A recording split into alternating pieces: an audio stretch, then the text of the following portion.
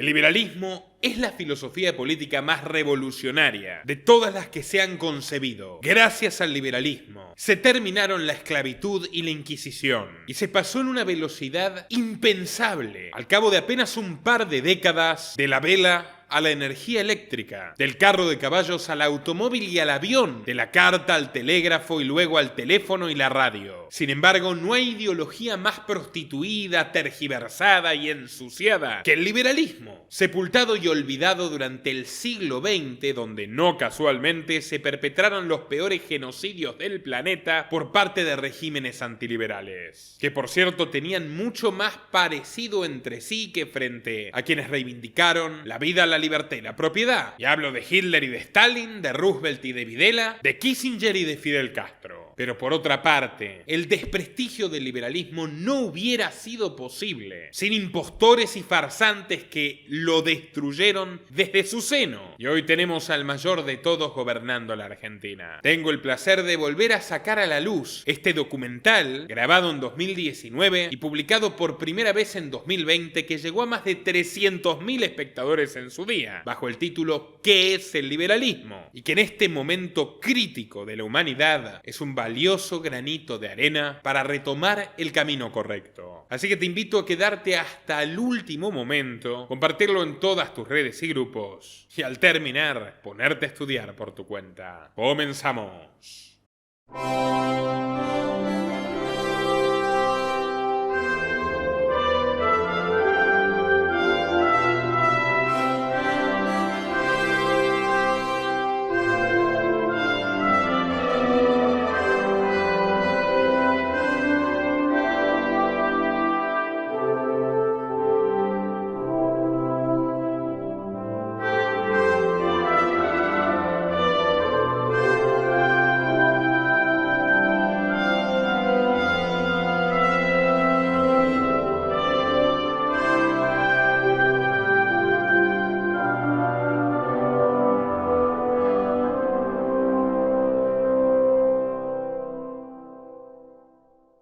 Estamos acá con dos grandes liberales con una gran trayectoria los dos. Nicolás Moraz, muchos lo conocerán. Flavio Gardela, también en el canal. Básicamente para desterrar algunos mitos y prejuicios sobre el liberalismo. Así que podemos empezar esta nota. Nicolás, ¿qué es el liberalismo? Bueno, Luca, creo que la definición más concreta es a nivel filosófico la cosmovisión del ser humano donde el mayor valor moral es su libertad, la libertad del individuo. Si algo caracteriza al pensamiento liberal es que nosotros no subordinamos los derechos de las personas a ninguna otra causa. Llámese nación, llámese fe, llámese progreso, llámese igualdad. Para nosotros, por sobre todas las cosas, está la libertad, porque incluso para desarrollar dignamente cualquiera de esos principios es condición imprescindible que las personas sean libres y todas igualmente libres. A nivel político como movimiento, lo que une a los liberales de toda época y lugar es la oposición al poder, y fundamentalmente al poder concentrado. Y esto vale tanto para lo político como para lo económico, lo clerical, lo militar, lo geopolítico. Nosotros entendemos que toda capacidad de violentar a las personas es inherentemente un mal. Todo aquello que las libere o que escojan libremente sin vulnerar los derechos de otros está bien, y en esa dinámica el liberalismo ha logrado algunas de las más grandes conquistas de la historia humana, y la historia de los triunfos y de los fracasos del liberalismo es en gran medida la historia de los triunfos y los fracasos de los seres humanos honestos que se guiaron por principios éticos frente a los éxitos y fracasos de la tiranía y de la peor faceta de nuestra especie. Excelente explicación. Te podría preguntar, ¿en dónde se origina este movimiento? Bueno, mirá, vos tenés ya en el año 600 a.C. a Lao Tse, y en la Grecia clásica en el 300 a.C. también a Epicuro. Y creo que sobre esos dos autores te puede dar un gran resumen aquí mi compañero Flavio. Sí, básicamente no se lo puede llamar autores liberales, sino más bien protoliberales. En el caso particular de Lao Tse, él advertía que el exceso de legislación contribuía a la corrupción tanto del gobierno como del pueblo, y también advertía que si a la gente se la dejaba en paz, se iba a comportar, digamos, correctamente y de forma civilizada y de manera concordante entre ellas, ¿no es cierto? No hacía falta estar permanentemente amenazándole con la fuerza. Espontáneamente la gente contribuiría a sus propios intereses y a la armonía social sin necesidad del uso de la violencia. Por otro lado, Epicuro, si bien no puede considerarse como un revolucionario, era bastante antisistema, digamos. En una época que a los que no querían participar en la política se los consideraban unos idiotas. Hay un término griego para eso que no recuerdo ahora, pero es el significado. Pregonaba, digamos, retirarse de la cuestión política, digamos, como él dice, refugiarse en el jardín. De viene la idea del jardín de Epicuro, ¿no es cierto? Bueno, básicamente esos son dos autores protoliberales que sin ser liberales ya pusieron la semilla de las ideas de libertad, ¿no es cierto? El hedonismo epicúreo, vos tenés como máxima a seguir, obtener, por lo menos buscar, por sobre todas las cosas, tu felicidad, pero sin dañar a otros. Esa demarcación entre la felicidad que se puede obtener en armonía con el prójimo y la felicidad que se obtiene machacándolo o aplastándolo, es otro gran aporte que él se dio al liberalismo, del mismo modo que en general la filosofía taoísta de Lao Tse procura la no intervención, no solo a nivel político, sino no intervenir en el destino de otro.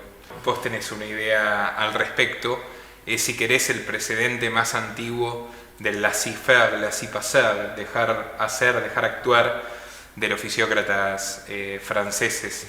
Y tiene mucho sentido porque el aprendizaje del ser humano se da también a través de la prueba y el error, y el liberalismo jamás apunta a garantizarle a nadie la felicidad, cosa que es totalmente imposible y quien lo promete es un estafador y un déspota, sino a procurar que cada quien pueda buscar su propia felicidad de la manera que crea adecuada, aprendiendo de sus errores y gozando de sus aciertos. Luego en la propia edad clásica, si bien nunca vas a encontrar ningún gobierno liberal, es un contrasentido, sí vas a encontrar elementos culturales más liberales y menos liberales. Por ejemplo, las grandes civilizaciones del Mediterráneo fueron fundamentalmente Grecia, que ni siquiera era un estado, sino un conjunto de ciudades, que de vez en cuando además pugnaban entre sí, pero de las cuales la más próspera y fructífera en todas las ciencias y artes fue, por supuesto, Atenas y Fenicia, donde actualmente se ubica el Líbano y otras víctimas de los criminales sionistas. Pero, ¿qué es lo que unía a la Grecia clásica con los fenicios? Que ellos habían basado su expansión y su influencia no en lo militar, no en la conquista, no en la invasión sanguinaria o el saqueo, sino en el comercio. Eso les había permitido no solo crecer eficientemente, sino nutrirse tanto de los bienes, de las mercancías, como de los conocimientos del resto de los pueblos de manera armónica, porque al no relacionarte desde la violencia y relacionarte desde el acuerdo, en suma lo que haces es no solo enriquecer ambas partes, sino obtener lo mejor del otro. Por eso Grecia, digamos, los griegos clásicos tenían un conocimiento más acabado de la existencia de China, por ejemplo, a través de Persia, que lo que tuvieron los romanos. Y Grecia, antes de Alejandro, que bueno, no era griego, era macedonio, pero Grecia No ataca a Persia, Persia sí ataca a Grecia y pierde, y sin embargo los griegos siguen comerciando. Cuanto menos los atenienses, los espartanos eran otra historia. Fenicia engendra un sistema muy interesante de colonias, que no son colonias, territorios conquistados, sino ciudades construidas desde cero en distintos puntos. Tuvieron colonias en Sicilia, en la península ibérica, y una de sus colonias, particularmente floreciente, Cartago, se convirtió al mismo tiempo que Roma, que era un poblado de campesinos brutos hábiles para la guerra, florecía. Cartago también se convirtió, digamos, en su gran competencia, en su gran rival. La Roma de la Primera República, basada, como te digo, en las armas y en el desprecio a cualquier forma de diálogo con los pueblos conquistados, tenía su antítesis justo enfrente, donde actualmente se ubica Túnez, en Cartago. Cartago era una civilización donde se comerciaba, digamos, desde los persas y hasta la India con África subsahariana, que nadie se había dignado siquiera a considerar los humanos, ni que hablar de Egipto, y bueno, de esa forma tenían solamente esclavos en base a los que eran tomados rehenes en invasiones contra Cartago, y ellos a su vez podían comprar su libertad. Y si bien por supuesto Cartago no era una civilización liberal, era definitivamente bastante más decente que ese concepto de Roma, razón por la cual uno de los más insignes senadores romanos, que también era militar, Catón el Viejo, durante años insistió en las sesiones parlamentarias del Senado romano en la idea de invadir todos sus discursos, sea cual fuera el tema que se debatía, ya sea el presupuesto, el día de festejo de la vid o lo que fuera, lo finalizaba con la tristemente célebre frase: Cartago delenda est. Cartago debe ser destruida. Nosotros no vamos a poder adueñarnos del mundo mientras existan los cartagineses. Ellos comercian, nosotros matamos, ellos tienen todas las de ganar, así que nuestra única alternativa es exterminarlos. Y así fue como a través de las guerras púnicas, que fue una invasión total donde arrasaron absolutamente todo y mataron hasta el último cartaginés, luego de durísimas luchas que le costaron muchísimo a Roma, finalmente digamos, es el puntapié inicial para lo que luego conoceríamos como el imperio romano, construido sobre las cenizas de un pueblo mercantil y bastante más pacífico. Luego de la Edad Antigua, bueno, hay todo un tema. Roma tampoco era totalmente déspota. Su gran expansión, digamos, su máximo auge político, militar y cultural, lo obtiene luego de helenizarse, o sea, de absorber la cultura griega, y con un sistema que se basaba en tributos bajos y libertad de costumbres, cosa que en la Biblia está retratada en Pilatos. O sea, ustedes paguen una cuota económica, una cuota belis, de ser necesario, un grupo de hombres dispuestos a pelear con nosotros, y sigan su vida. Eso se rompe con la cristianización forzosa. Recuerdo un gran artículo de Flavio, de Víctimas a Victimarios. Los cristianos pasan de ser perseguidos y practicar sus ritos en catacumbas a convertirse, al menos su dirigencia, en los dueños de la espiritualidad de Europa, mientras empuñaban la espada romana, la espada de Constantino. Esto paradójicamente significó una de las causas del final de Roma, que no era una sociedad comercial y por basarse en el saqueo, no encontró forma de sobrevivir cuando ya no quedaba nada para conquistar. Y es así entonces como un lugar donde se regalaba la comida y el entretenimiento, pan et circenses, pan y circo,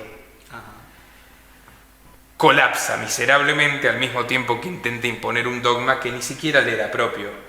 Curiosamente, luego es la Iglesia de Roma, que en nada se vincula a los postulados más decentes, si querés, del cristianismo, el nuevo poder transnacional de lo que fue el oscurantismo, la destrucción de las urbes, el fin de todos los avances de todas las civilizaciones europeas.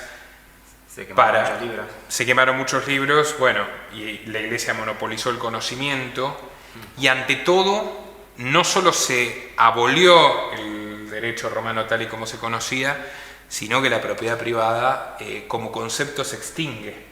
La propiedad privada, entendida como el resguardo de la persona frente al poder, es algo que jamás toleró la Iglesia de Roma y lo que caracteriza a la miserable Europa oscurantista que hoy algunos trasnochados reivindican, además de la peste, además de la miseria, además de la total ignorancia en la que estaban subsumidos incluso los monarcas, algunos de los cuales ni siquiera sabían leer. Carlomagno, no sé si lo sabía, fue el único emperador analfabeto de la historia, era analfabeto.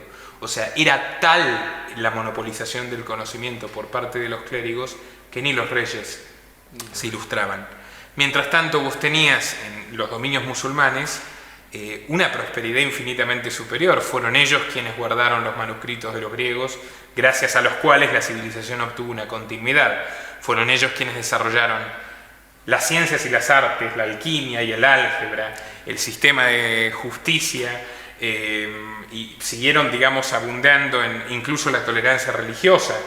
En todos los califatos judíos y cristianos podían practicar libremente sus cultos, y a su vez eso los llevó a un nivel de confort y de prosperidad infinitamente superior al de la Europa cristiana oscurantista, por el comercio precisamente, de donde viene almohada, albornoz, alfombra, alhaja. El más humilde ciudadano del andaluz podía especiar sus comidas con pimienta, con paprika de la India, con lo que fuera. En Europa cristiana, la única diferencia tangible, material entre el rey y el vasallo era la diferencia entre un colchón de plumas y dormir en el trigo con las vacas, pero ninguno de ellos se salvaba ni de la ignorancia, ni de la enfermedad, ni de la miseria.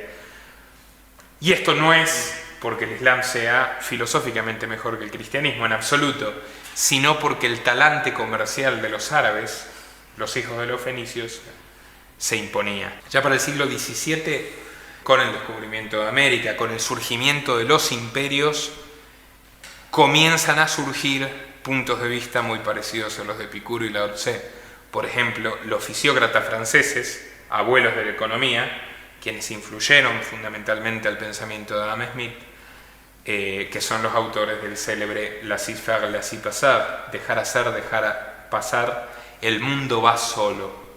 Ellos, si bien no tenían una concepción muy profunda de cómo funcionaba el mercado, por lo pronto sí entendían que interviniéndolo solo se beneficiaba un pequeño grupo en perjuicio de una mayoría, y esa alteración al funcionamiento natural del intercambio, ese desbalance, a la larga solo podía traducirse o sostenerse a través de la violencia.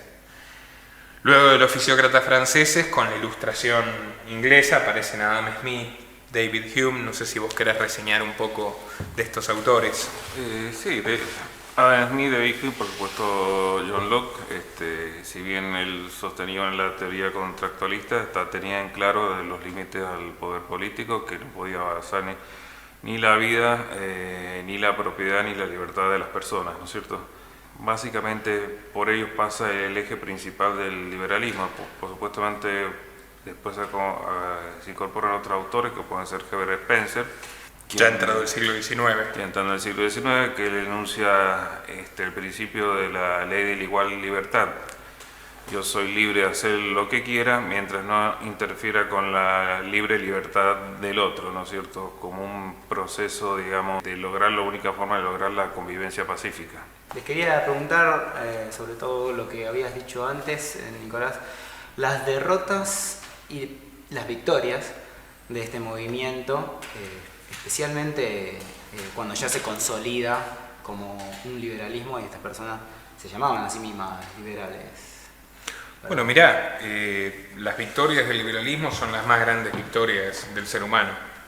Fueron los liberales y nadie más quienes dieron la vida por la abolición de la esclavitud y del trabajo forzado. Fueron los liberales quienes finalmente acabaron con la Inquisición, y también con la Inquisición protestante, y con básicamente todas las horrorosas persecuciones religiosas que habían asolado a Europa y a las Américas. Fueron los liberales quienes no solo combatieron y vencieron al Imperio Británico y al Imperio Español, que eran los mayores de su tiempo en estas tierras, en estas latitudes, quienes a ellos le dieron un gran marco conceptual, el antiimperialismo, si querés, la lucha contra esa entidad gigantesca, ese Estado que extiende sus tentáculos contra la idea del gobierno global, no la inauguró ningún nacionalista, ni mucho menos un socialista, sino los liberales. Los liberales son quienes, con sus virtudes y defectos, dieron origen a nuestros países. Y bueno, los liberales acabaron con las monarquías absolutas. Los liberales, poca gente lo sabe, Thomas Hobbes es un ejemplo, revolucionario británico de 1833, dieron inicio al concepto de la libertad sindical como un contrapeso antes de toda esta corrupción que hoy vemos, entendido como parte de la libertad de asociación.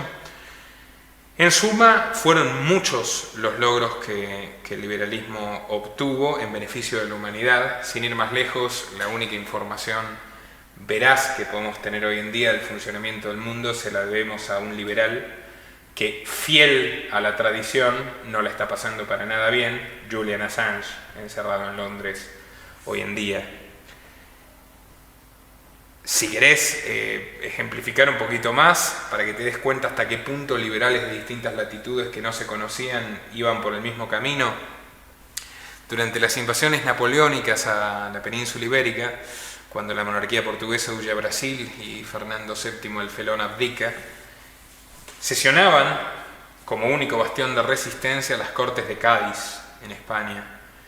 El mayor liberal de esas cortes, uno de los hombres más valientes de la resistencia contra la invasión napoleónica, era el geólogo Isidoro de Antillón,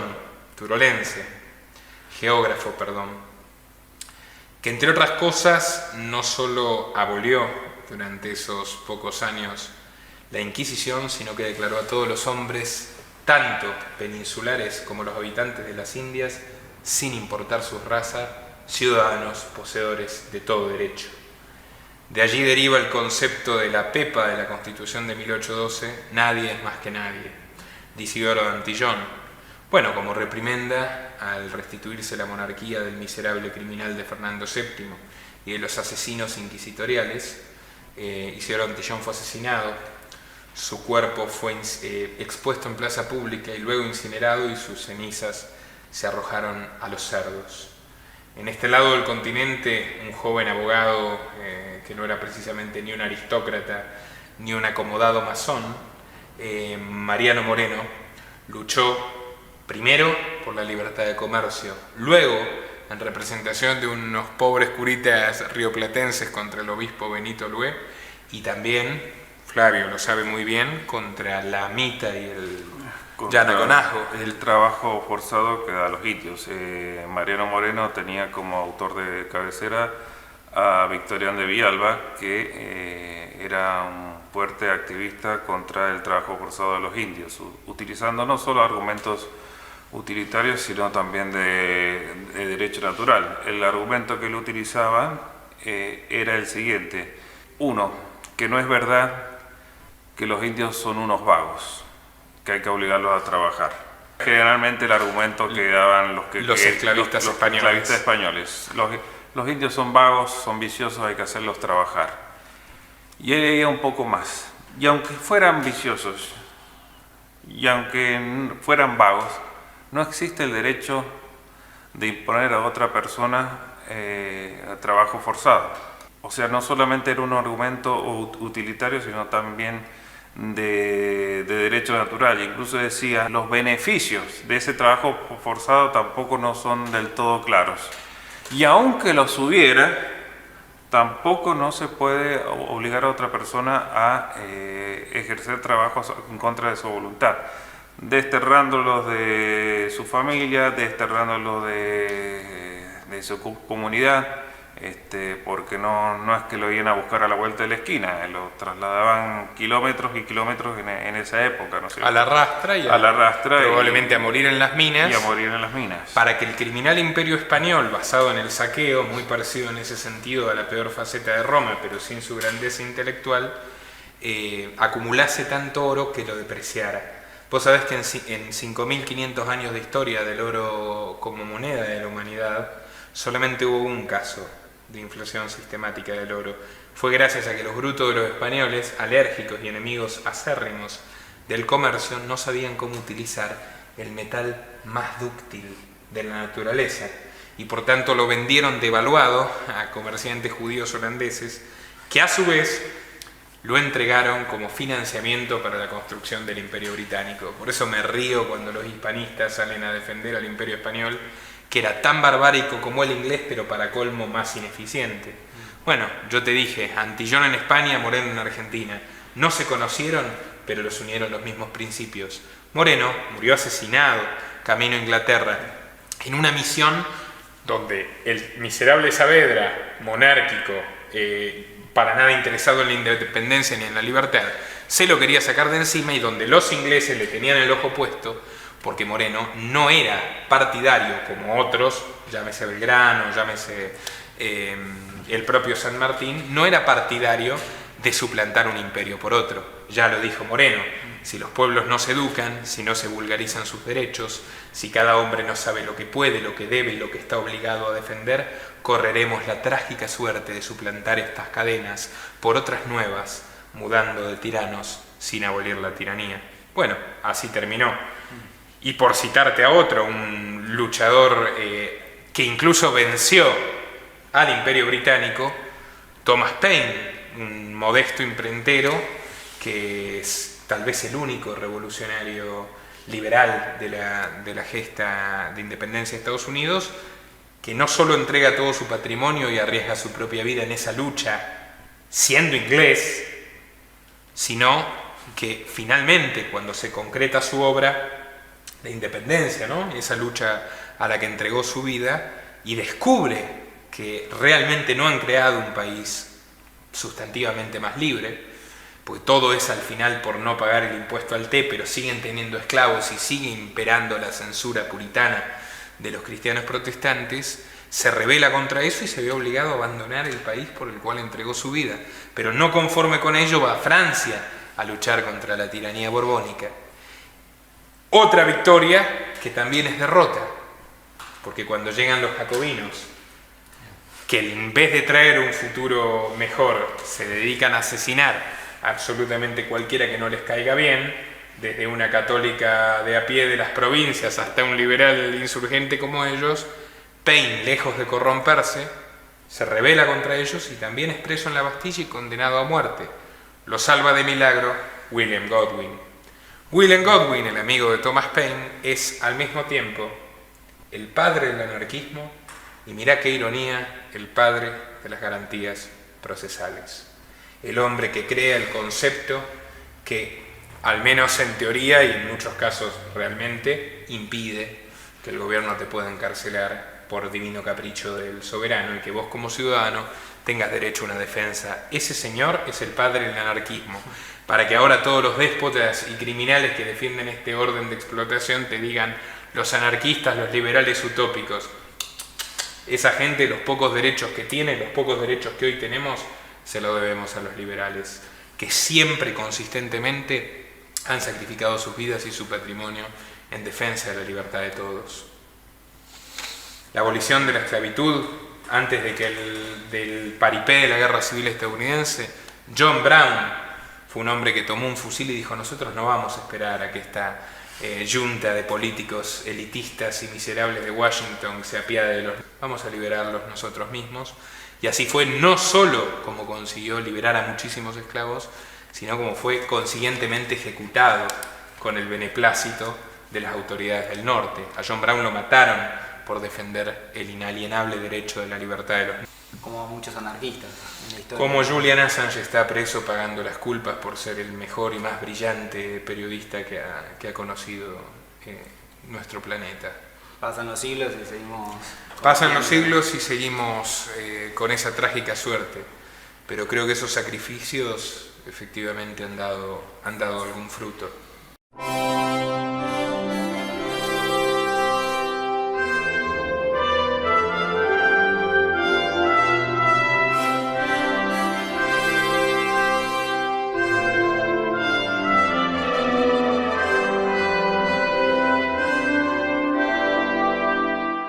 Sabemos que el liberalismo no está en auge y la gente tiene muchos prejuicios, quizás por eso no reciba un apoyo sustancial, ni tampoco tengamos mucha idea como sociedad en general de qué se trata.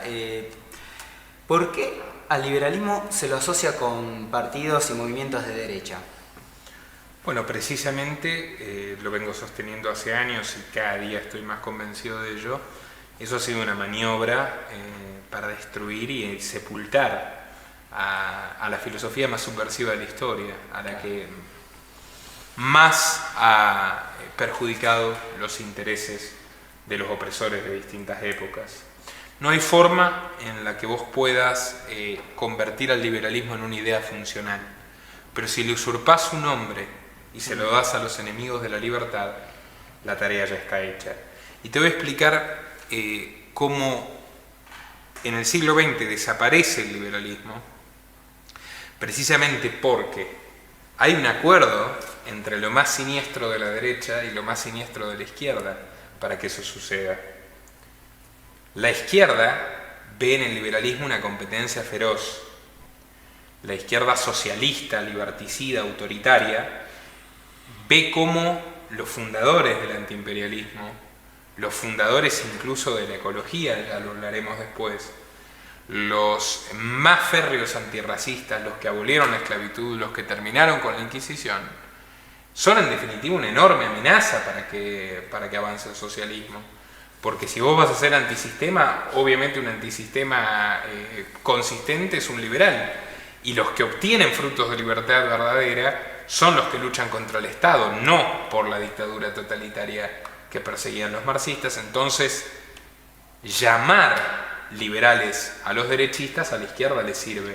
Y a la derecha también, porque convengamos que no tiene buen marketing ser conservador.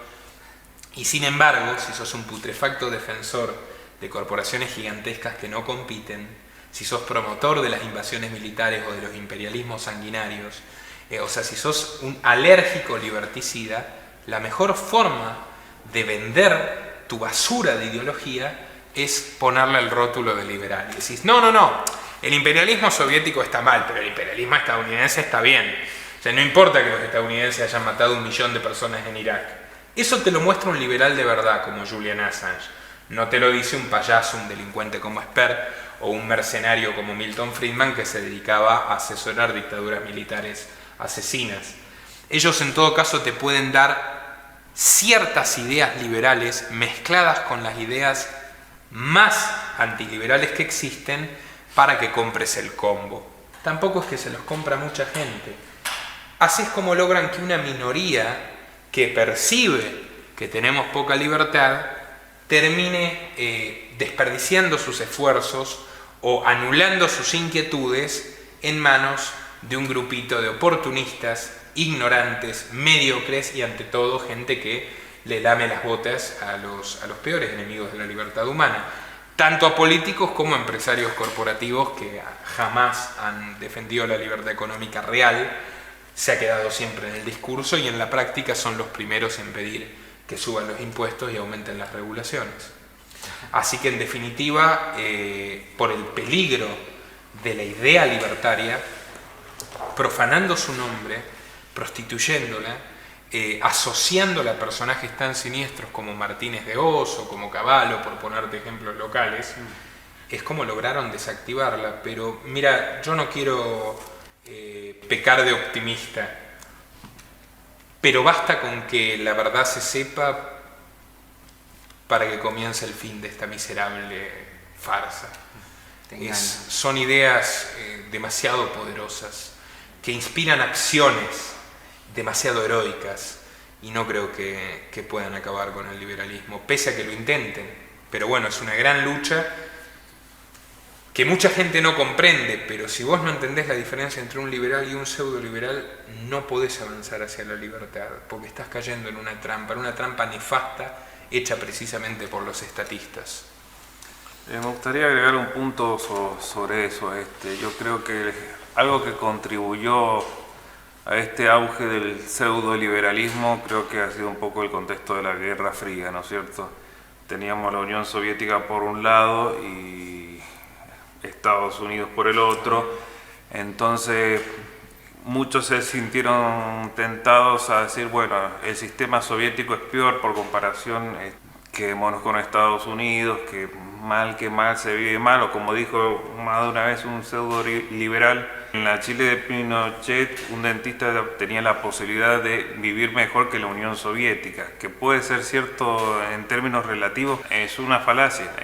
Lamentablemente la vida, la libertad, la propiedad sigue estando en jaque. Siempre estuvo la tentación con el tema de la Guerra Fría de elegir males menores, y bueno, por elegir males menores estamos donde estamos, ¿no es cierto? Lejos de verdaderamente escoger un mal menor, has empoderado al mal y lo has convertido en la peor forma de tiranía.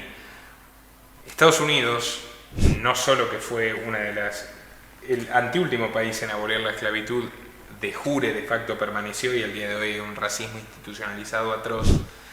Estados Unidos es el inventor del dinero electrónico, Estados Unidos es el pionero de los bancos centrales y su Reserva Federal es el banco central del mundo. Estados Unidos es el imperio militar criminal con mayor continuidad en invasiones militares. Pasaron de 243 años de historia, 220 en guerras agresivas.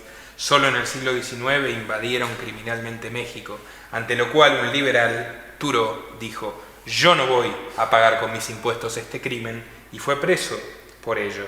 Estados Unidos invadió Hawái y Filipinas, Estados Unidos inventó la guerra contra las drogas, que es la principal causa de encarcelamiento en todo el mundo.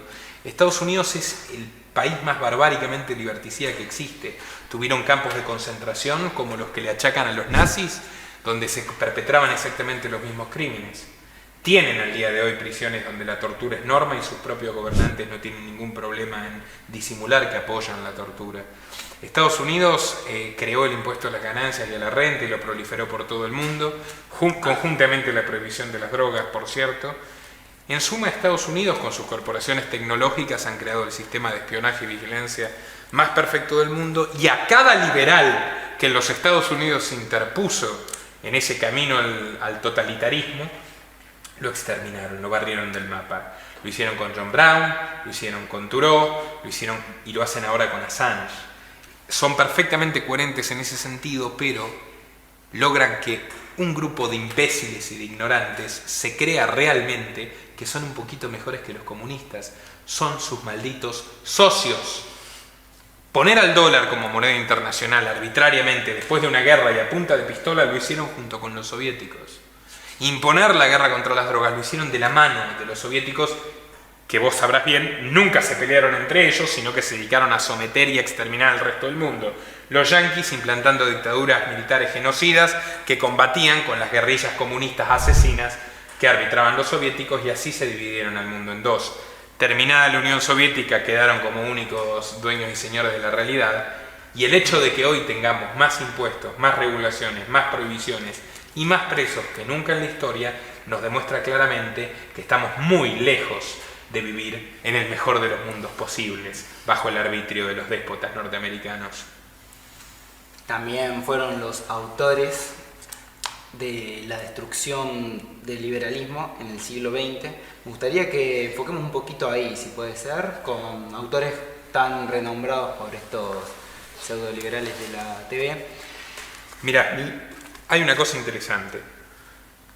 Los liberales, sin ni siquiera la necesidad de llamarse liberales, ni tener ningún instituto, ni ningún think tank, ni ninguna fundación como proliferan hoy en día, sabían en el siglo XIX quién era quién.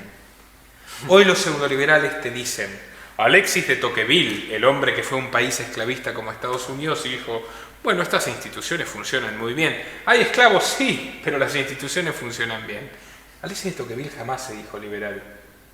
Benjamin Constant, el delirante que dice: bueno, el valor de la libertad es relativo, para esta época es bueno, para el pasado no, y para el futuro por lo tanto puede no serlo. O Schumpeter, el de la destrucción creativa, que dice: el capitalismo destruye vidas. Sí, la avaricia desmedida puede conducir a excesos de todo tipo. Sí, pero eso es muy bueno porque lleva al progreso. Bueno, esos tipos no se decían liberales. Y sin embargo, en esa misma época, Herbert Spencer en Inglaterra, Gustave de Molinari, continuador de la obra de Bastiat, belga en Francia, Y los discípulos de Spooner, Benjamin Tucker, los liberales estadounidenses, los hombres que abolieron la esclavitud y los hombres a quienes los senadores mandaban a matar públicamente, publicaban en el mismo diario, Liberty, de Benjamin Tucker. Con miles de kilómetros de distancia, no existía el internet, pero los liberales spencerianos, los liberales de tradición continental, de la escuela francesa de economía, que es precursora de la austríaca, y me atrevería a decir bastante mejor, y los verdaderos liberales anarquistas estadounidenses, llamados también los anarquistas de Boston, publicaban en el mismo sitio. Ellos sabían quién era quién. Aunque tuvieran matices y diferencias, menores, mayores, se identificaban a sí mismos.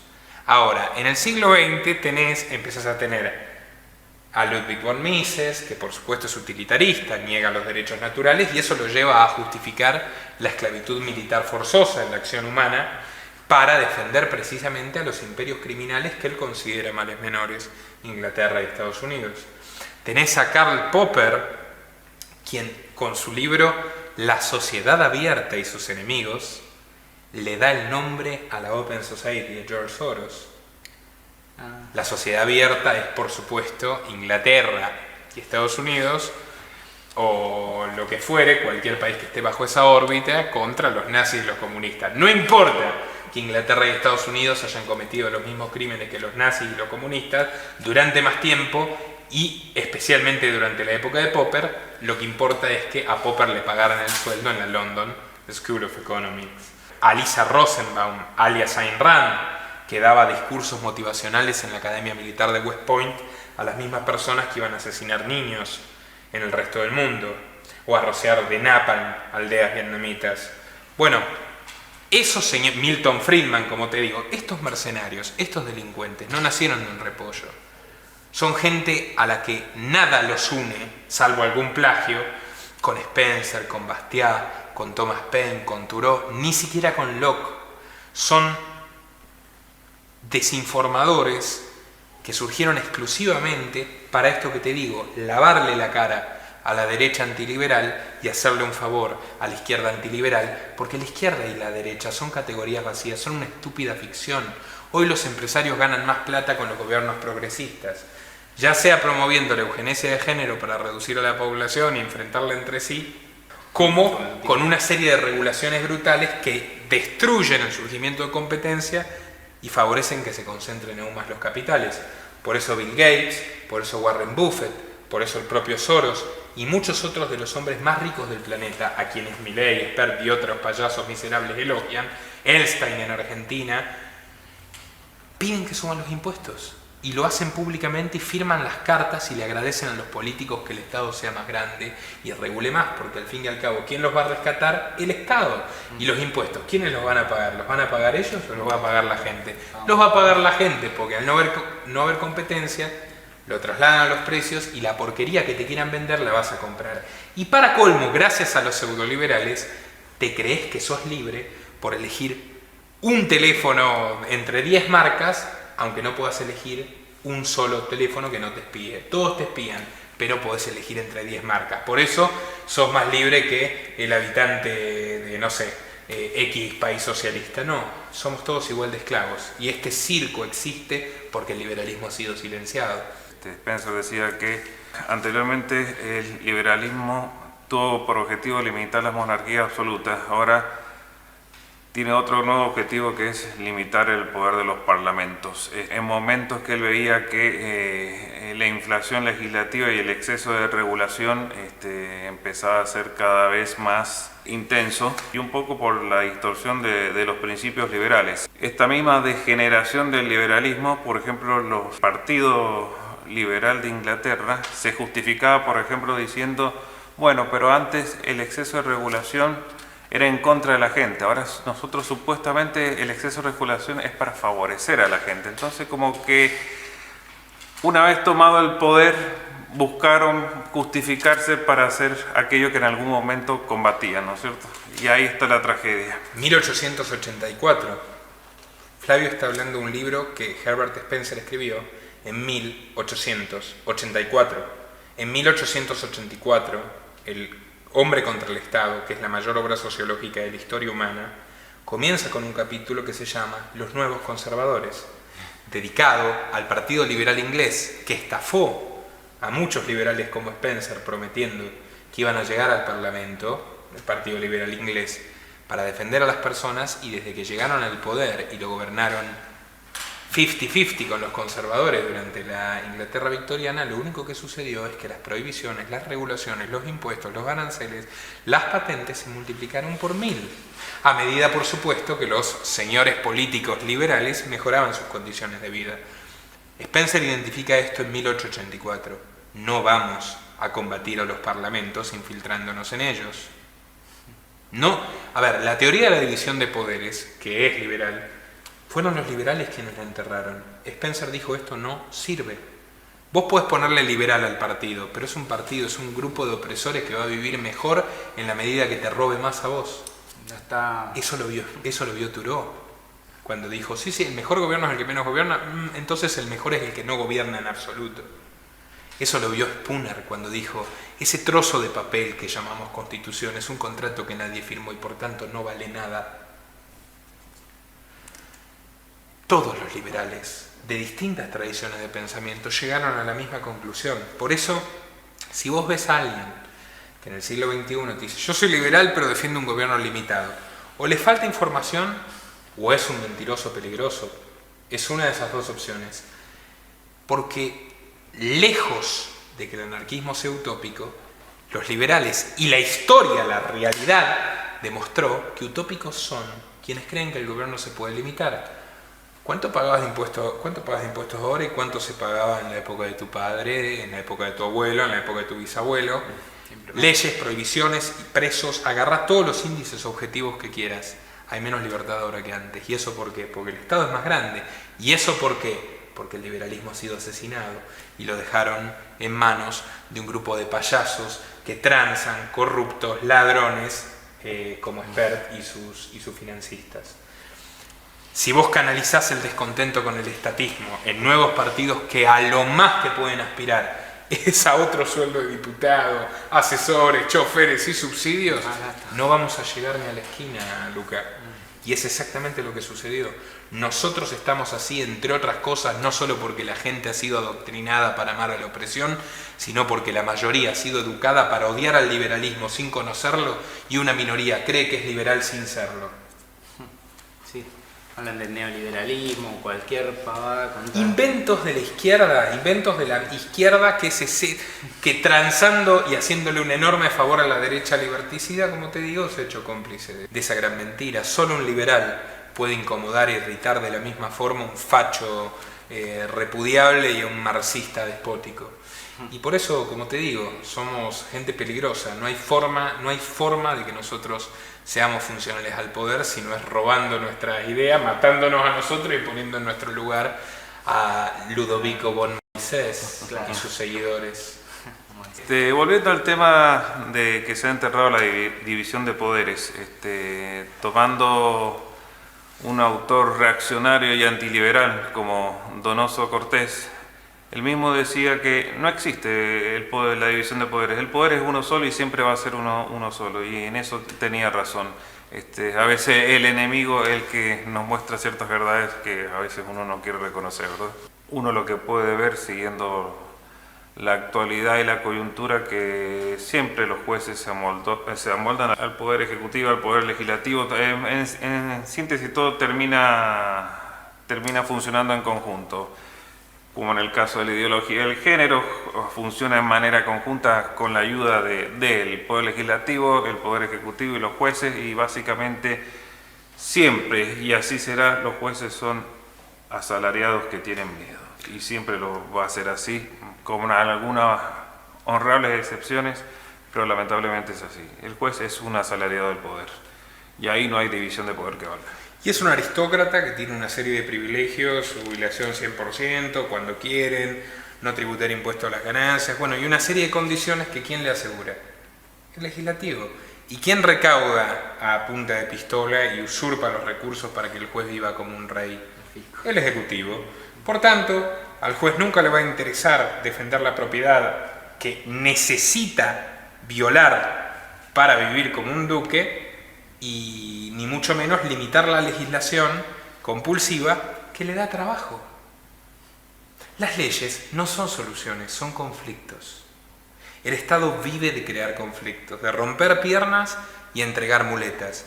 Y es mucho más fácil que los monopolios judicial, parlamentario, ejecutivo se pongan de acuerdo entre sí y a su vez obedezcan a los monopolios que viven de las regulaciones, las prohibiciones, los impuestos y financian sus campañas y sus carreras, antes de que ninguno de esos sujetos tenga un acto de empatía y de justicia para con el prójimo, la gente de a pie, los que sostienen este circo, a quienes nos asaltan, nos oprimen y nos desangran. ¿Por qué? Quien se le ocurra hacer eso es ante todo un traidor y va a ser eliminado. Sobran los casos de ello. Y por eso, insisto, tenemos cada vez menos libertad. Pero te compensan diciéndote, bueno, pero te puedes comprar un auto nuevo en 36 cuotas, tenés tarjeta de crédito, no te quejes. Vivimos muy bien. Mundo feliz, como citabas. Huxley, el gran Huxley, que era un liberal clásico. Ah. Aldous Huxley.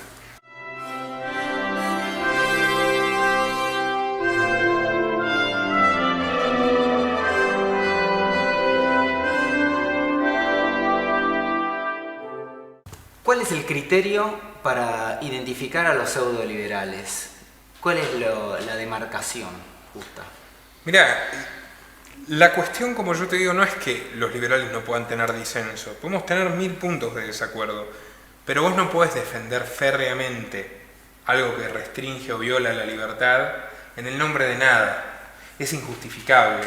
O sea, como te digo, vos defendés que un Estado probeta, que surgió gracias a que el Imperio Británico arrancó a los palestinos de sus casas y se las entregó a los colonos sionistas y los encerró en campos de concentración, sea una democracia liberal. Si vos decís eso, claramente sos un miserable mercenario o un imbécil, pero en todo caso liberal no sos. Los mismos con Estados Unidos.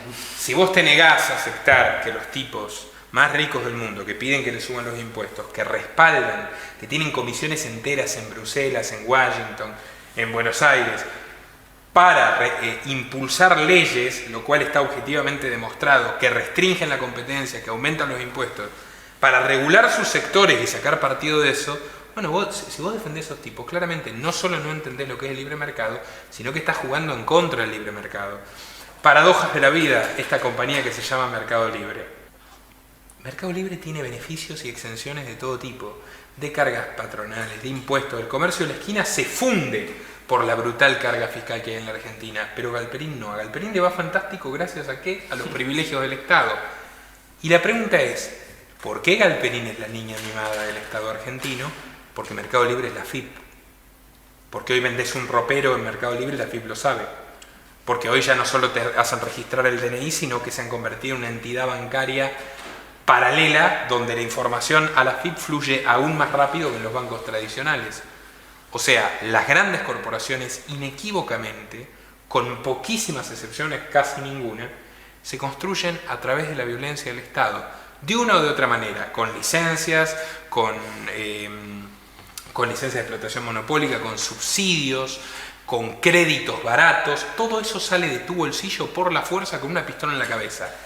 Directa o indirectamente te perjudica. Te perjudica indirectamente también porque tenés menos variedad de oferta, precios mucho más caros, los márgenes de ganancia para los empresarios son siderales y el que pierde es el consumidor. Siempre ha sido mejor negocio ir contra la libertad económica que a favor de ella. Y ese es otro de los grandes mitos que te sirven para identificar un pseudoliberal. Un pseudoliberal te puede decir, la industria argentina es berreta. Entonces, ¿por qué elogias a Elstein, Javier Milei? Porque está en el archivo. ¿Vos sabés quién es Elstein? Además de ser socio de Soros. No hay gobierno argentino con el que Elstein no haya lucrado. Los invito a buscarlo. El señor Elstein, que ahora también es un prolífico empresario en Israel y ya anda con el kipá y la barba rabínica por todas partes. Y esto, bueno, no es solamente contra Elstein, contra cualquiera de cual sea su procedencia. Agarra un gran empresario, agarra el Santander, la gente que le pagó el sueldo a Milei, no sé si lo sigue pagando como economista jefe durante muchísimos años. ¿De quién es el Banco Santander? Además de que son unos lobistas del Estado español rescatados por el gobierno socialista en varias ocasiones, Soros puso $500 millones para ampliar capital y le sacó el culo. O sea, vos no podés defender a los enemigos de la libertad y decir que en realidad estás luchando por la libertad. Si te dicen los políticos son chorros, pero estos megaempresarios son héroes, te están contando la mitad de la verdad. Los políticos existen por esos megaempresarios. Eso está objetivamente demostrado. Bueno, después nos quedará discutir. Bueno, vos decís que sí la propiedad intelectual, yo digo que no. Vos decís que el aborto es un crimen, vos decís que es un derecho, yo digo que los dos están pululando en posiciones equivocadas. Ahora, no podés discutir A y A. No podés discutir lo más básico y esencial cuando la realidad te lo muestra ante tus ojos. Y es por eso que, insisto, se debe diferenciar a los liberales de los pseudoliberales. No podés luchar al lado de un tipo que está jugando para el enemigo. Es algo muy básico y elemental. Para un tipo que dice que los únicos que ganan plata en Argentina son los judíos, y lo dice como un elogio. La Heritage te dice que hay más libertad económica en Australia que en Paraguay. En Paraguay el 80% de los negocios están en negro, pero a la Heritage no le importa. Solo le importan los parámetros que las grandes empresas que pagan ese índice necesitan, que tiene que ver con su facilidad de hacer negocios. Claro que en Australia, Commonwealth, va a haber más libertad para las grandes empresas. De Australia es de donde salió Julian Assange y se negaron a asilarlo, y si ellos pudieran lo entregarían con un moñito a Estados Unidos para que lo maten, ¿entendés? O sea, la libertad de las personas no es la libertad de la que hablan los pseudoliberales. Los pseudoliberales hablan de la libertad de las corporaciones como si las corporaciones fueran verdaderamente individuos con propiedad legítima luchando por sobrevivir. No, las corporaciones son las causantes de que vivamos en el delirio en el que vivimos en gran medida.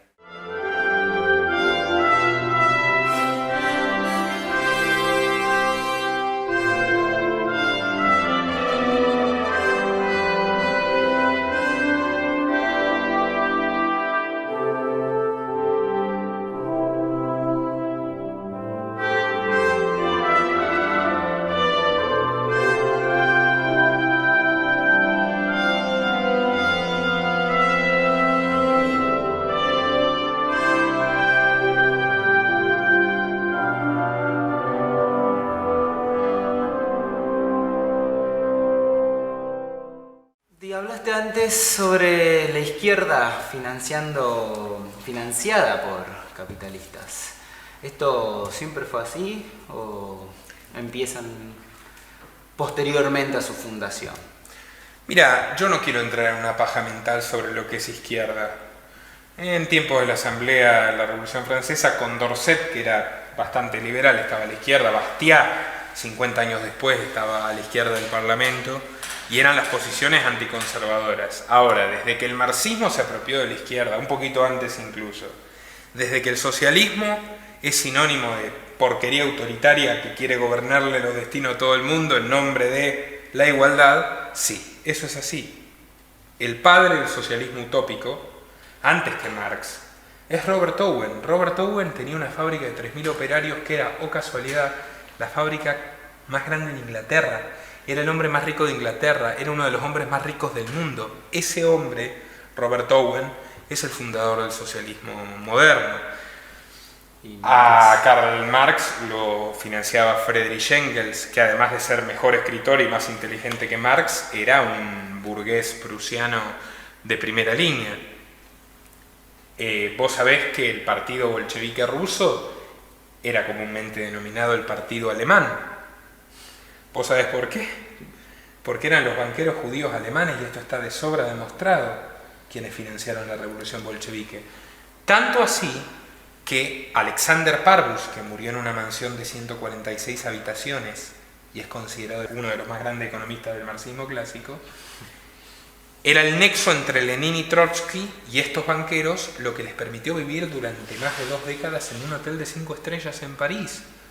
Y financiaron estos señores banqueros tanto el intento de la revolución comunista de Trotsky en 1905, que fracasó, como el golpe del 17 con Lenin, que no fracasó. Y también Wall Street, porque el complejo militar industrial, tanto con los comunistas como con los nazis, vio el potencial de generar un mundo en guerra permanente y el enorme negocio que eso significaba. Fidel Castro era un abogado, hijo de una de las familias más ricas de Cuba, y el Che Guevara, un aristócrata racista, homófobo, despectivo, una basura humana de la élite argentina. Por supuesto, vos Vos para creerte un Mesías capaz de decidir por cualquiera con mejor criterio que esa misma persona, por supuesto que tenés que tener, digamos, un ego exacerbado, y es muy común en las clases más pudientes o acomodadas que esa gente, mayoritariamente no exitosa, que ha heredado y demás, se crea superior al prójimo. Y a mí no me sorprende en absoluto que muchos de los líderes comunistas fueran ricos, no me sorprende que los ricos financiasen al comunismo, y menos aún me sorprende que el progresismo, que ya no es marxista ni proletario, sea tan buen negocio, porque como te lo dije, tanto desde las regulaciones económicas como desde lo que podés hacer desde la política, un progresista tiene todas las de ganar frente a un derechista. Hoy la moral hegemónica, antimoral si querés, es progresista. El progresista te dice, sí, yo te voy a romper una costilla, pero es por el bien de todos. En ese sentido, el buenismo, la discriminación positiva, que no deja de ser discriminación, es mucho más útil para ejercer la misma tiranía que si la comete un derechista podés ir y prender fuego todo. Esa hipocresía, esa ridiculez, es lo que le da de comer a las grandes fortunas del mundo. Vos fíjate en Netflix, yo no puedes mirar, para el libro sobre feminismo, me estoy mirando, te juro me da asco. Cada serie, cada película son 7 u 8 metamensajes de ideología de género obscenos. O sea, que el abuelito que se hace gay, que sí, yo no tengo nada contra los homosexuales. Los liberales luchamos por su libertad y la conseguimos. A diferencia de Guevara, que los encerraba en campos de exterminio, de trabajo forzado. Con la remera. Efectivamente, el trabajo hará hombres, decía esa basura. Pero esa promoción de una agenda que busca reducir a la población, pero ante todo, la ves perfectamente patente en los grandes productores de entretenimiento. Netflix, Disney y Warner producen el 93% del contenido que consumen niños y adolescentes. Y dijeron que ellos no van a realizar, comunicado conjunto, no van a realizar más producciones en países donde no esté estatizado el aborto. Ahí ves la intencionalidad directa. Y esas ganas de reducir la población no solo tienen que ver con que la tecnología destruye empleo, tienen que ver con que las regulaciones y los impuestos que destruyen a la competencia y que han enriquecido estos titanes, destruyen empleo. Más aún que la tecnología. Hay una razón subyacente detrás de el antiliberalismo de estas empresas que busca hacer un control generalizado de la natalidad. Tiene que ver con que ellos destruyeron las posibilidades de la gente de vivir por sus propios medios.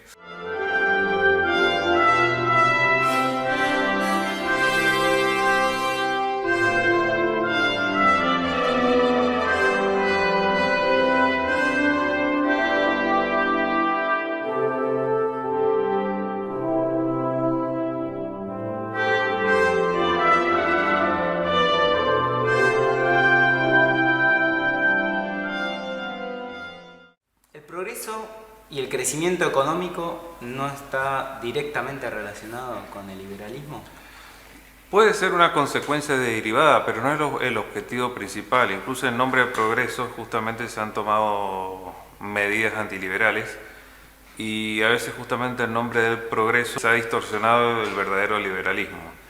Tenemos el caso de la generación del 80, que generalmente se dice que es una prevalecientemente liberal, pero está muy lejos de ser así. La generación del 80, con su lema orden y progreso, lo toma nada más ni nada menos que de Augusto Conte.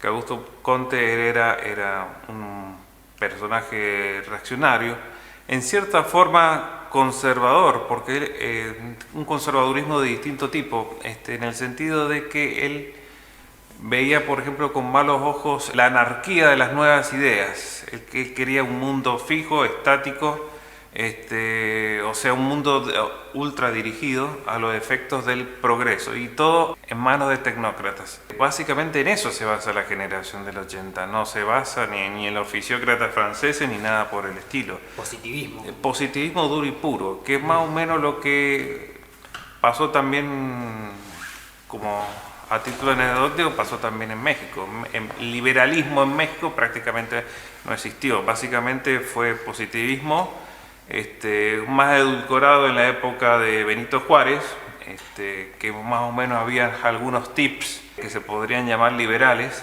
pero ya sin ningún disimulo en la época de Porfirio Díaz.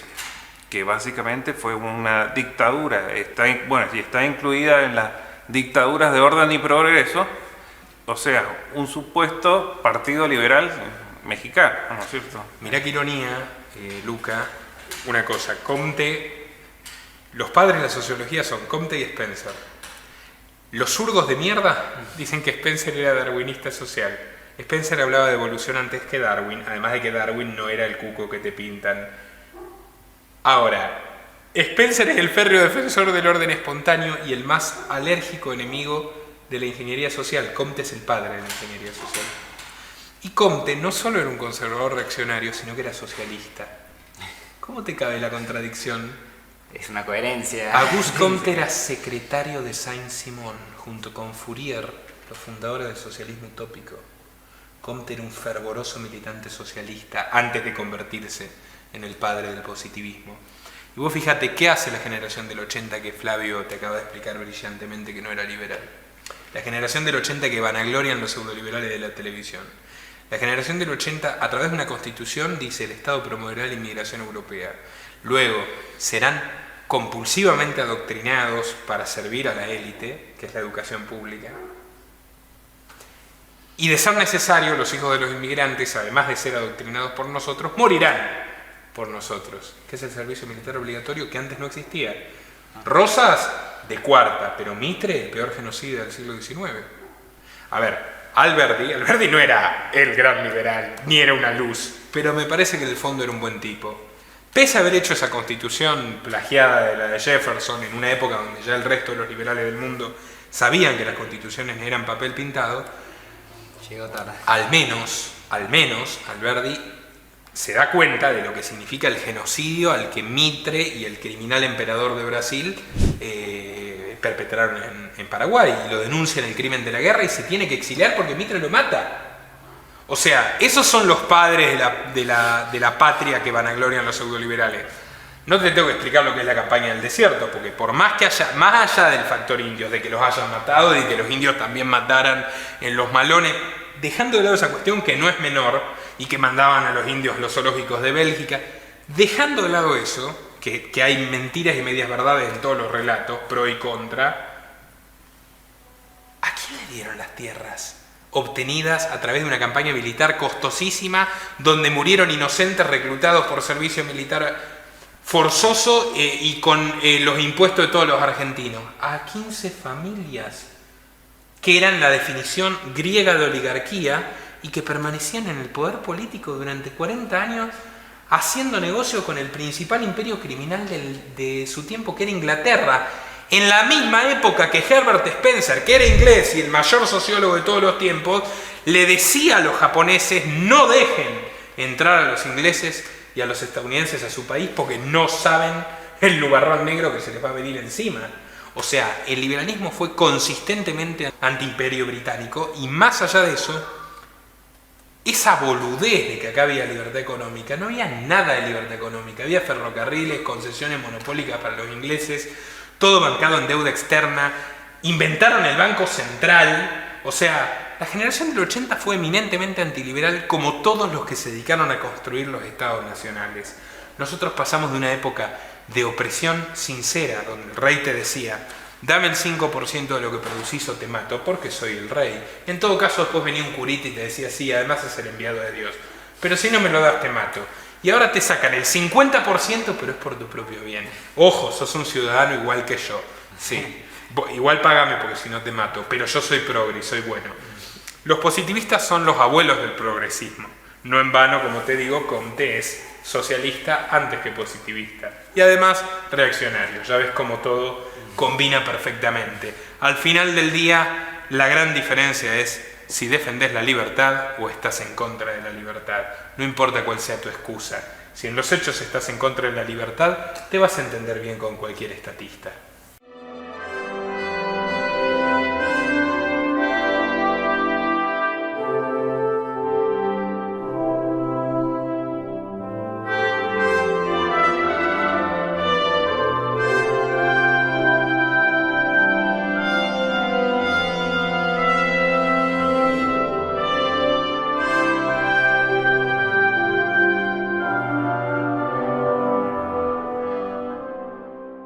empezar, ideología de género. Las personas tienen derecho a elegir su género, como le dicen.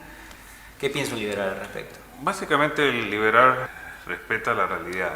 El hombre nació hombre, la mujer nació mujer, sin perjuicio de respetar, por supuesto, el libre ejercicio de su sexualidad, que es una cosa. Es el problema de mezclar un poco los términos. Una cosa es que yo niegue llamarle mujer a un transexual y otra cosa que el transexual ejerza su sexualidad. Yo nunca me voy a meter con eso, pero no puedo ser obligado por la ley a llamarle a tratarle como si fuera una mujer. Creo que eso es la gran intención que se crea artificialmente y la confusión que se crea liberalmente. No querés llamarle como mujer, entonces estás en contra de sus derechos sexuales. No, yo estoy en contra de llamarle como mujer. Que haga con su cuerpo todo lo que quiera. Pero no puede apropiarse de mis palabras. Pero no se puede apropiar. Yo no quiero controlar su trasero, pero que dicha persona no controle mi cabeza. Esa es la cuestión. Vos sabés que hay una enorme ambición estatista detrás de esto, porque el porcentaje de los transexuales, primero, es mínimo, aunque con los centros de hormonización que promueve gratuitamente el Estado, apuntan a que eso crezca. Tiene que ver con la infertilidad, pero ante todo, tiene que ver con esa obsesión totalitaria, psicópata, de los opresores, de modificar la realidad a fuerza de ley, algo que jamás sucede. Generalmente te dicen controles de precios, se multiplica la inflación. Es así en todo, ¿eh? O sea, el Estado va a velar por la salud, se muere todo el mundo. Es así. Bueno, eso, que está tan bien descrito también por Bastián, lo que se ve y lo que no se ve, acá hay una cuestión subyacente que es nosotros queremos decir que el perro es un gato. Y si yo lo digo, es un gato. Lo explicamos con Flavio en el video sobre derecho natural. Esa es básicamente la naturaleza del positivismo. Y no, hermano, no es un gato. Jamás voy a oponerme a que una persona haga lo que quiera con su cuerpo. Yo jamás voy a siquiera patologizar ninguna conducta. Ni Flavio ni yo creemos que un transexual sea un enfermo bajo ningún concepto. Pero tenemos derecho a decir que esa persona es un hombre, aunque se disfrace de mujer. Y por otro lado, podemos decir lo que queramos. También podemos decir que es mujer si no es mujer. El punto es, nosotros tenemos la misma libertad de expresión que esa persona para pedirle a sus amigos que la llamen como más guste. Pero no nos lo puede exigir a nosotros, ni tampoco que subsidiemos sus tratamientos. O sea, esa es la gran diferencia entre lo que fue el movimiento gay de los 60, contracultural, que junto con los hippies, junto con los panteras negras y junto con los anarquistas liberales lucharon contra Vietnam, mientras las feministas decían que se maten porque es una guerra de hombres. Esa gente, a esa gente la tuvieron que purgar en una operación policial que yo te he contado muchas veces, para crear el LGBT, donde lo único que se persigue es el privilegio. Así que, por supuesto, la ideología de género es eminentemente liberticida e inquisitorial, porque se trata de yo voy a educar a tus hijos, yo voy a decir qué palabras puedes usar. O sea, no tiene nada que ver con la libertad sexual. La libertad, de hecho, es contraria a la libertad sexual, porque viene con el combo de la Inquisición feminista, de quitarle derechos a los hombres por ser hombres, y eso es equivalente al racismo. Y los liberales no tratamos ni con basura racista ni con basura feminista. Si vos crees que alguien tiene más o menos derechos por circunstancias no elegidas, sea su color de piel o lo que lleva entre sus piernas, eso es una mierda humana. No hay mucha vuelta que darle. Nada bueno puede salir de ese dogma profundamente misántropo, gregario, sectario. Nada bueno. Yo quisiera agregar que a veces no necesariamente es porque tienen las ideas equivocadas. Digamos que tienen las ideas correctas en torno al fin propuesto, que es en definitiva dividir la sociedad y ejercer el poder. En el fondo saben que muchos de sus postulados son erróneos, ¿no es cierto? Por eso también se violentan a cuando quieren defender sus posturas. Sobre todo me estoy refiriendo al tema de los tecnócratas que están detrás de esto, ¿no? En el fondo no están equivocados. No es que sostienen porque están ingenuamente equivocados. No, dieron en el clavo. Venden eso porque quieren hacer ostentación del poder, digamos. Quieren dividir la sociedad y ejercer el poder, y ejercer el poder en torno a eso, ¿no? Y que una parte de la sociedad se identifique con el Estado y se sienta víctima de la otra parte. Divide et impera. Es más viejo que el pan. ¿Tienen las mujeres derechos a decidir sobre si tener o no un hijo?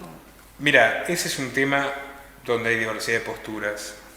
Yo tengo una postura muy moderada. Por un lado, no creo que una mujer pueda ir presa por abortar, cosa que no sucede en la Argentina, por lo cual todo el debate del aborto es una miserable mentira, porque no es un debate por la despenalización. No hay una sola mujer presa ni un solo médico preso.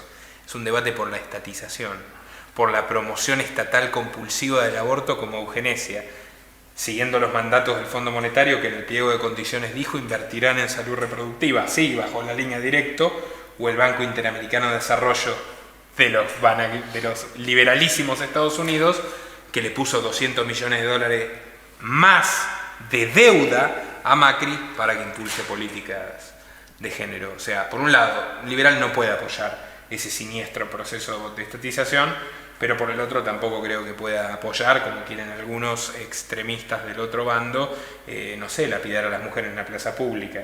Es un tema, qué sé yo, que da para discutirlo mucho, porque también ahí entra la cuestión de la concepción de la vida, pero en la práctica no puedes estar en ninguno de los dos extremos. ¿No seríamos pro vida como esa postura o un mix? Y quien conciba que a la primera semana el feto es un ser humano, tiene sentido que sea pro vida. O sea, como te digo, es un tema donde hay una variedad de posturas. Tiene muchas aristas, porque una cosa, por otro lado está el tema de qué definimos como aborto. Porque hay algunos creen que aborto es sacar el niño, el bebé, y pegarle un tiro. Y si está vivo, lo ponemos en una solución salina hasta que se muera. Entonces ahí está complicado llamar a eso aborto. Tiene bastante aristas del tema, ¿no es cierto? Pero hay un grado de irracionalidad hoy entre la secta verde que, o sea, la doctrina está cambiando a tal punto que a un médico como Rodríguez Lastra lo condenaron a prisión y le quitaron su matrícula por haberse negado a practicar un aborto en el quinto mes y medio de gestación. O sea, ya estamos en un punto donde los defensores del aborto plantean, te sacamos el pibe a los 7 meses y le pegamos un tiro. Es que la única forma de sacar a un niño a los 7 meses es sacarlo vivo. O lo sacás vivo o lo sacás vivo. No hay vuelta. No hay vuelta que darle. Hay, digamos, no solo que es una materia de discusión, sino que también hay un sentimentalismo importante en esta cuestión, y por otro lado entra el cientificismo burdo de te tiro por la cabeza un estudio científico y yo tengo otro que dice lo contrario, y ninguno es particularmente riguroso, por tanto, bueno, da para discutirlo largo y tendido.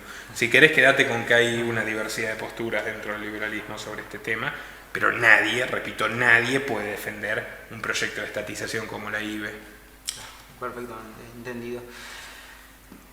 Hablamos de propiedad intelectual antes, eso me gustaría que la gente tenga bien en claro, si existe la propiedad intelectual. Las patentes, los liberales somos históricos enemigos de ellas, porque si vos querés, desde el principio, el concepto de propiedad privada en todo el mundo básicamente, más o menos elaborado, se lo debes a Locke, o sea, es el concepto liberal. Propiedad es lo que vos creaste, ya sea a partir de la naturaleza y luego o lo intercambiaste o lo produjiste, pero es tu trabajo o fruto de la asociación con el trabajo de otros, y es un bien tangible, perfectamente identificable. No significa que sea necesariamente material, pero es un bien tangible. Antes de vos no estaba, ¿bien? Entonces, ¿con qué criterio, si vos fabricás una silla, podés decirle a Flavio que no puede fabricar una silla? Vos para fabricar una silla utilizaste conocimientos de geometría, de carpintería, por los que nadie te cobró. Conocimientos de acceso universal. ¿Con qué derecho vas a decirle a Flavio que no puede fabricar una silla igual a la tuya? Esa es la mayor traba, fíjate qué ironía. Los progresistas dicen, no, pero el incentivo, si no hay patentes, no hay incentivo, te dicen los pseudoliberales capitalistas. Y no, hermano, los mayores inventos de la revolución industrial y los mayores inventos tecnológicos de la historia se realizaron cuando no existían patentes. Tenés que ir a leer a Samuel Smiles, liberal escocés de 1830, que te cuenta cómo eran gente que descubrió las cosas en su casa, con muchísimo estudio y autodisciplina, pero no había ni financiamientos multimillonarios, ni universidades, ni Royal Academy atrás de ellos, ni patentes. Y se hicieron ricos, y ¿sabes qué? Se hicieron ricos con derecho. Después ya la propiedad intelectual sobre un libro, una canción o una película es más tela para cortar. pero también está plagado de mentiras por parte de sus defensores, porque Balzac o Charles Dickens, los más grandes novelistas del siglo XIX, por lo menos en términos de repercusión, francés Balzac, inglés Charles Dickens, ellos publicaban novelas de entregas y eran ricos, merecidamente ricos, y no había propiedad intelectual. No iban persiguiendo a quien reproducía sus entregas con una pistola en la mano. Pero bueno, qué sé yo, por lo menos esa es mi posición sobre el tema. Creo que es otro instrumento que necesita la existencia del Estado y por lo tanto el Estado se va a abanderar como el mayor defensor de las patentes, aunque eso implique otro freno para la libertad económica y productiva y para la libre competencia. Y bueno, hay también cuestiones que son todavía un poco más ridículas por un lado y revulsivas también por el otro, ¿no es cierto? Por ejemplo, la cuestión del diseño industrial.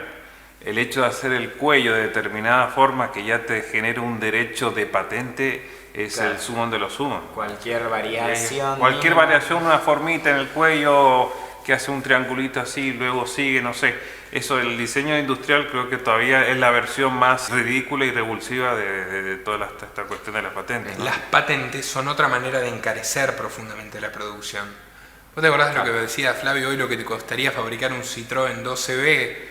10 veces menos de lo que cuesta un auto actual, tanto por las regulaciones como por todas las patentes. La marca se apropia de algo, vos no lo podés usar sin pagarle, hasta que no encuentres una manera de hacerlo distinto, no podés. Mira, delirio.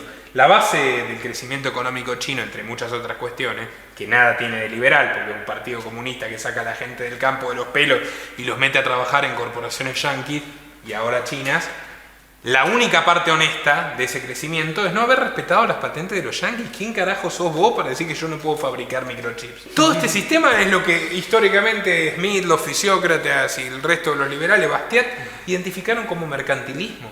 No es un capitalismo de libre mercado, es un maldito mercantilismo corporativo donde políticos y empresarios millonarios se sientan a planificar la economía mundial. Si fueran solo políticos sería comunismo. Como son políticos y empresarios es mercantilismo. ¿Es más eficiente? Sí. ¿Es moralmente mejor? No. No hay duda. Por eso siempre hay la tentación de incluir el mal menor. Por el mal menor seguimos perdiendo, seguimos Sí. en la pendiente hacia abajo. Porque además ese maldito relativismo utilitario es totalmente antojadizo. Es mal menor, claro, menor para mí, no menor para él que le pegaron un tiro. Claro. Yo Obviamente estoy necesita. bien. El Yo estoy principio bien. de utilidad. ¿Utilidad para quién? Es mi pregunta. Para el mayor número, ¿quién lo determina? ¿Y qué pasa con el menor número? Decía Spencer de una sociedad no es menos esclava por haber decidido ser esclava. Otra gran frase de Spencer es: la sociedad no existe para beneficio de la sociedad, sino para beneficio de cada uno de sus miembros. ¿Qué es la sociedad? Una asociación de individuos. El individuo está antes de la sociedad.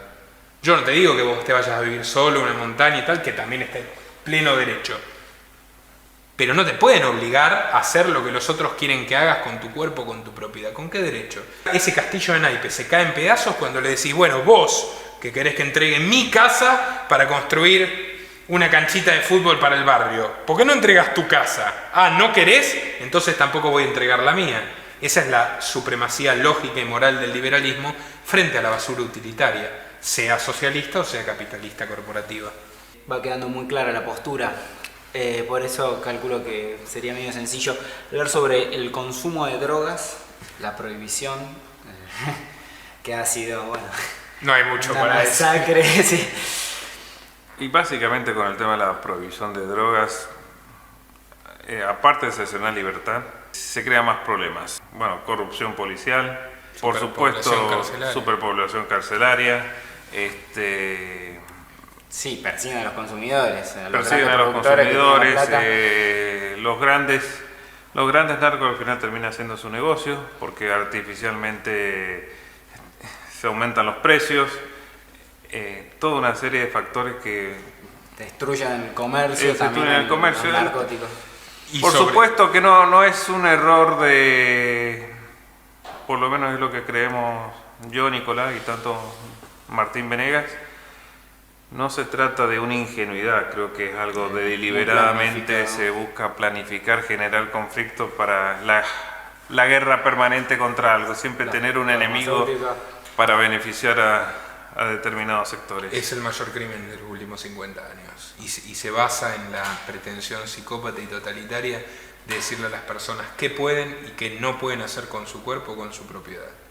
Ahí estábamos yendo justamente, porque uno de los puntos que suelen arrogar como un argumento al respecto es que te estamos protegiendo De vos mismo. de mis propias decisiones, si quiero o no fumar o tomar o lo que fuere. Te lo resumo. Cualquier pastorcito vocinglero, comisario soviético, jacobino trasnochado, o cualquier basura humana que venga a decirme a mí que tiene más derecho que yo para decidir sobre mi vida es un enemigo de la libertad, un enemigo de la justicia y un enemigo de la humanidad. Me importa nada si cree que tiene razón o sabe que lo está haciendo con un fin oculto. Esa persona es una enemiga acérrima de la libertad. Esa persona no tiene nada bueno para hacer con su vida y se toma la molestia de ir a joder a los demás. Tanto en las drogas como en muchas otras cosas. ¿Vos sabés quién es el peor enemigo de la libertad? Eso no se define ideológicamente. Se define a nivel humano. El alcahuete. El forro alcahuete. El botón. El chupamedias. El chupapija del poder. Señorita, Menganito se está copiando. Ese hijo de puta es el cómplice necesario para que exista la Inquisición feminista, para que exista la prohibición de las drogas, tanto así que la primera prohibición de las drogas de Occidente, que fue la de las bacanales en la República Romana antes de Cristo, necesitó que se cree la figura del delator anónimo remunerado. Porque si vos estás persiguiendo algo que no es un crimen, o sea, algo que no violenta a otros, La gente lo hacía con naturaleza. conditio sine qua non, necesitas que haya un buchón que te ayude. Alguien que con su dedito inquisidor diga, ese, llévense a ese. Ahí en el rencor, en la envidia, en la condición más paupérrima y miserable del ser humano es donde crece el estatismo. Base toda ley, si se quiere. Toda ley que no respete los derechos naturales, o sea, el 99.99%. Hay gran cantidad de leyes, sí. Y la solución, según ellos, es más leyes todavía. Hasta incluso podrías defender esta postura hasta en el caso del suicidio.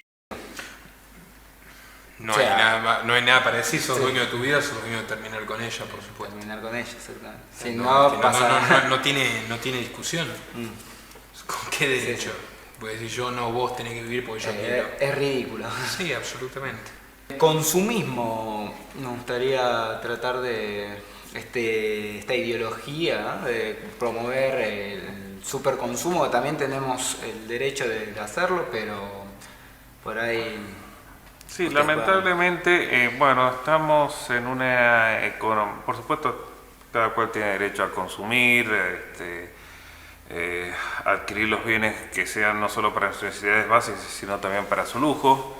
El tema que el consumismo también está muy ligado a esta ficción económica que estamos viviendo, porque ya básicamente no estamos funcionando en torno a una economía real. Las grandes compañías automotrices, los grandes concesionarios no viven de vender autos, viven de financiarlos. Exacto. Incluso yendo a casos más de menor envergadura, comercios como Frávega, que básicamente son financieras de licuadoras. Básicamente vivimos una economía que es humo, que es todo financiación. Entonces se crea todo un consumismo exagerado. Tenés la posibilidad de en un mes tener tu casita. A 37 años, pero financiación. Deuda. Si no hay financiación, básicamente no tienen ganancias, porque no ganan por el auto en sí, no ganan por la licuadora en sí, no ganan por el televisor en sí, Pero sino todo Ganan pasa- por el interés. ganan por el interés y por la financiación. Lo cual, por supuesto, no solo va en desmedro de la producción, por sobre todas las cosas, el consumismo que vivimos hoy, que aman los keynesianos y todos los enemigos de la libertad, los pseudoliberales también lo usan como un parámetro de bienestar, es el síntoma de que se haya destruido el ahorro. Exactamente. El ahorro es la base de la riqueza, Luca. ¿Lo sabías? No es casualidad que ¿Lo todo sabía esto Simon? haya empezado de 1973 en adelante. Por supuesto. En 1973, entre el 71 y el 73 se configuró el mundo en el que vivimos hoy. Guerra mundial contra las drogas, cuando a 5 años antes podías comprar heroína en la farmacia en Argentina. guerra mundial contra las drogas, porque los yanquis lo quisieron y los convencieron a los rusos que, encantados de la vida, dijeron: ¡ah! Una nueva excusa para acabar con la libertad de los individuos adentro. Impulso, patrocinio gubernamental del aborto, Ross versus Lane en Estados Unidos. Eso poco lo saben. También todo vino en el mismo pack. Hiperinflación, fin del patrón oro, todo eso fue para contrarrestar el fracaso de Estados Unidos en Vietnam. Al fracasar miserablemente, crearon un nuevo enemigo, el narcotráfico, controlado por ellos.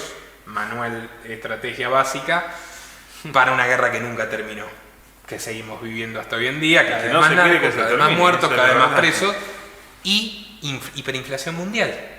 Terminamos de arrancar la última soga de raciocinio que ataba la maquinita para que no pueda fabricar papel ilimitadamente, y generaste una inflación brutal. Todo el mundo te dice: el peso es basura. Sí, claro. ¿Y el dólar?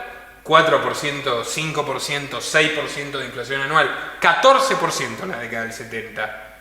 Y esa es la moneda que, gracias al acuerdo de Bretton Woods, otra vez se reunieron los mandamases del mundo y nadie le preguntó a la gente.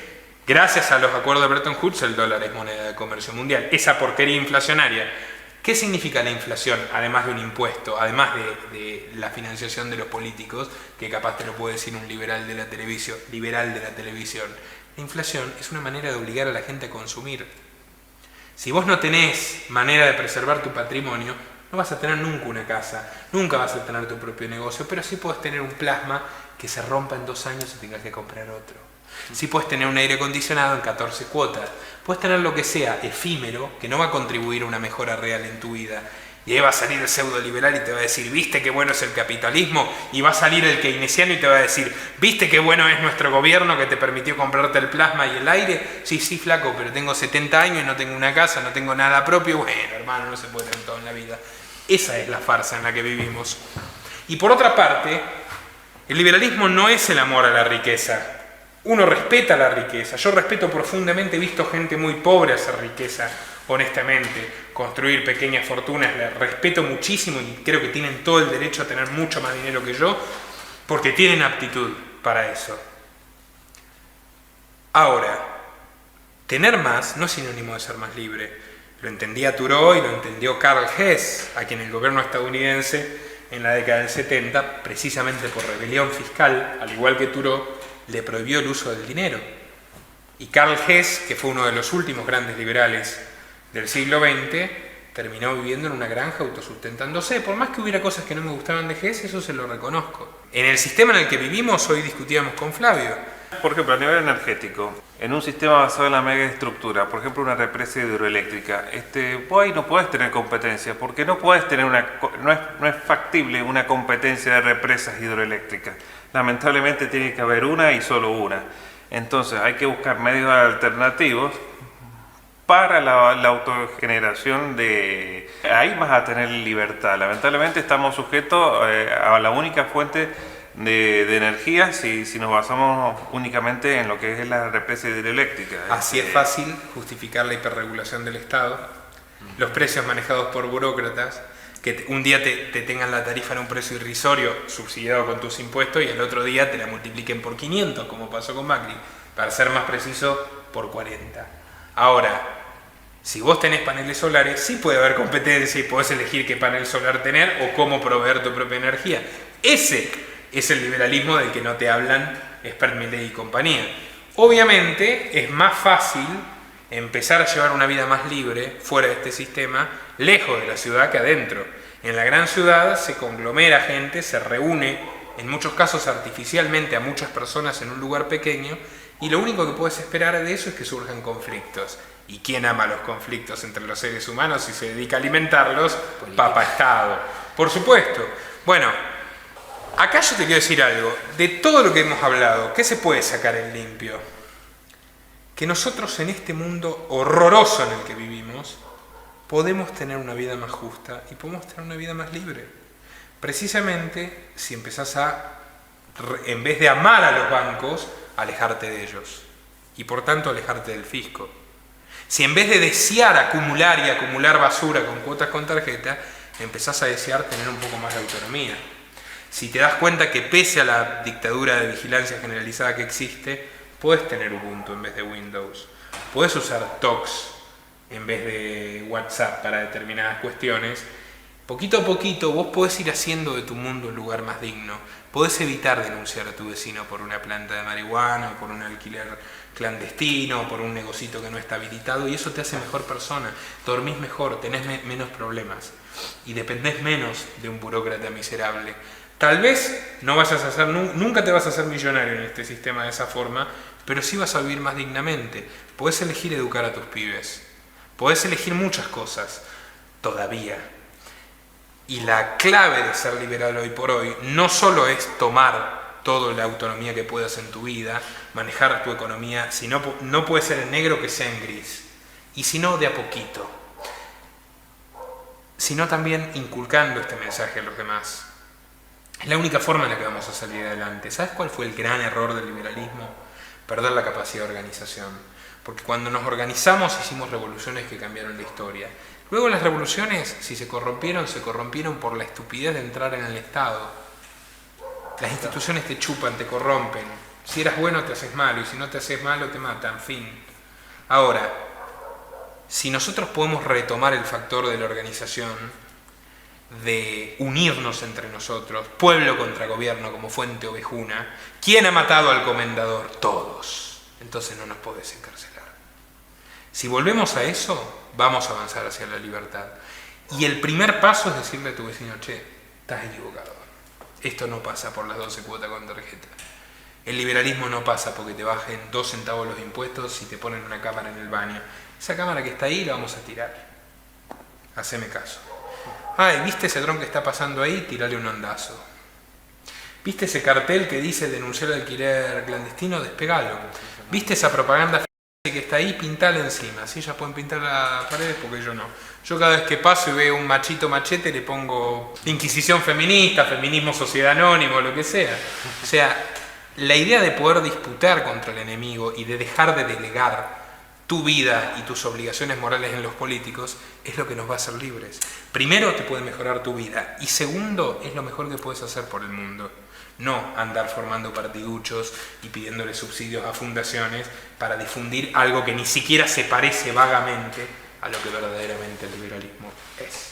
Bueno, estimado espectador, si has llegado hasta aquí, quiero invitarte a difundir este video en todas tus redes y grupos, a comentar tu opinión al respecto, y si quieres y puedes, a retribuir nuestro esfuerzo de divulgación a través de patreon.com/Nicolás Moraz. En patreon.com/Nicolás Moraz, a partir de $3 mensuales, tienes acceso a la biblioteca más completa de libros del verdadero pensamiento libertario en español y en PDF a tu disposición. A partir de 5 videos exclusivos para mecenas, documentales que ya no están disponibles para todo el público, pero si te animas a aportar $25 por mes, hay un producto especial para ti si te interesa educarte en ética, filosofía, derecho, economía, historia. Y son los cursos de la Academia Libertaria, una iniciativa educativa que tuve el orgullo de llevar adelante como director y que contó con prestigiosos profesores como el Gentilhombre, Rodrigo Prenafeta de Paralelo 33, Mirko Vidal de Amanecer Libertario, Nicolás Martínez Laje de Terapia Liberal, Martín Venegas Ortega y muchos más. Tratamos una gran variedad de temas para nuestros alumnos y hoy esos cursos están disponibles para quienes nos apoyen en Patreon a partir de $25 por mes, más de una treintena de clases de primer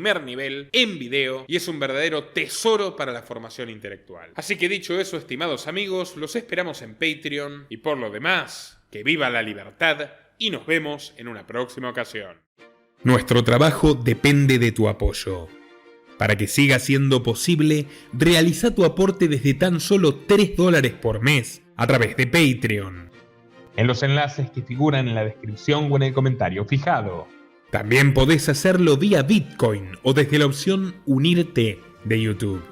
Y si estás en Argentina, elegí el medio de pago de tu preferencia a través de Mercado Pago.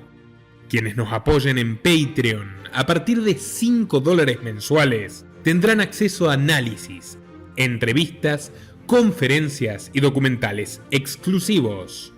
También tenemos opciones para sponsors. Así que publicita con nosotros a través de patreon.com/Nicolás Moraz.